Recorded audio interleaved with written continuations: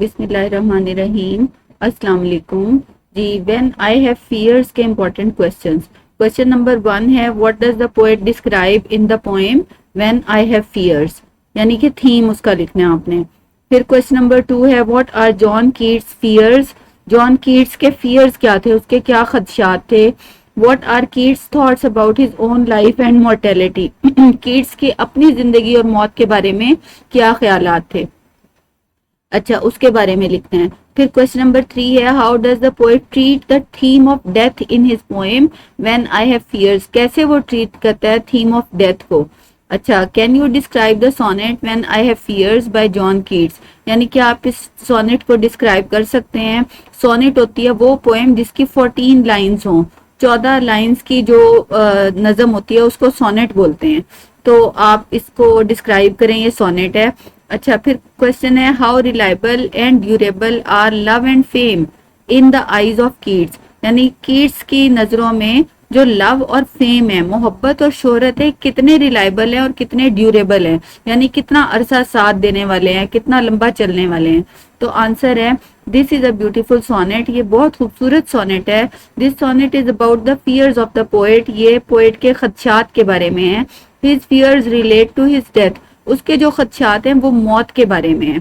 When he wrote this poem, जब उसने ये पोएम लिखी थी, he knew that he was going to die very soon, वो जानता था कि वो बहुत जल्द मरने वाला है, because of tuberculosis, टीबी की वजह से।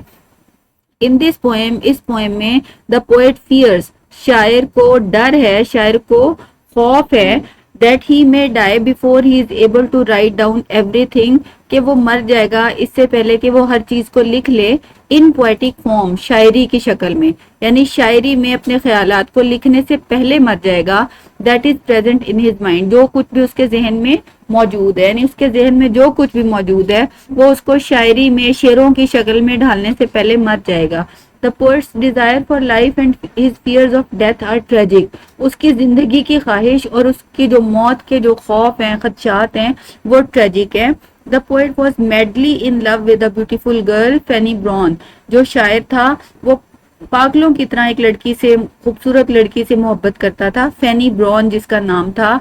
But she did not properly appreciate his feelings, लेकिन उस लड़की ने उसकी फीलिंग्स को सही से अप्रिशिएट नहीं किया। This unsuccessful love broke his heart, ये जो अनसक्सेसफुल लव था, यानी जो नाकाम मोहब्बत थी, इससे इसका दिल टूट गया। In this poem he expressed his fears, उसने इस पोएम में अपने इन खदशात का इजहार किया है। He was an imaginative poet, वो एक तख़यलाती शायर था। He had a lot of romantic ideas, बहुत से romantic ideas थे उसके पास। He wanted to write his ideas on papers, वो ये कागजों में लिख देना चाहता था अपने सारे ख्यालात को।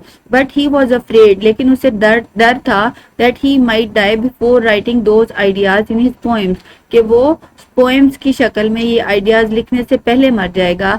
ही wanted to write a large number of books, वो बहुत ज्यादा तादाद में किताबें लिखना चाहता था। He had mature philosophy about life, जिंदगी के बारे में उसका जो फलसफा था वो बहुत मैच्योर था। But due to sudden approach of death, लेकिन अचानक मौत की वजह से he could not write books, वो किताबें नहीं लिख सका। He wanted to enjoy the delights of love, वो मोहब्बत की जो मोहब्बत को एंजॉय करना चाहता था, मोहब्बत की खुशियां हासिल करना चाहता था। But he was afraid that his early death would separate his beloved from him, लेकिन उसे डर था कि उसकी जो जल्द आने वाली मौत है, जो जल्दी से उसे मौत आ लेगी, ये उसकी महबूबा को उसे अलहदा कर देगी। He felt that beauty and love lose their importance, उसको उसने फील किया, उसे महसूस हुआ कि खूबसूरती और मोहब्बत, इनकी अहमियत कम हो जाती है, खत्म हो जाती है। लूज देयर इम्पोर्टेंस, यानी अपनी अहमियत खो देते हैं। When he would start his journey to the eternal world, यानी ये अहमियत खो देंगे जब वो अपना जो सफर है वो शुरू करेगा अब्दी दुनिया की तरफ, यानी मौत के बाद ये मोहब्बत और ये जो खूबसूरती है, इनकी अहमियत उसके लिए खत्म हो जाएगी।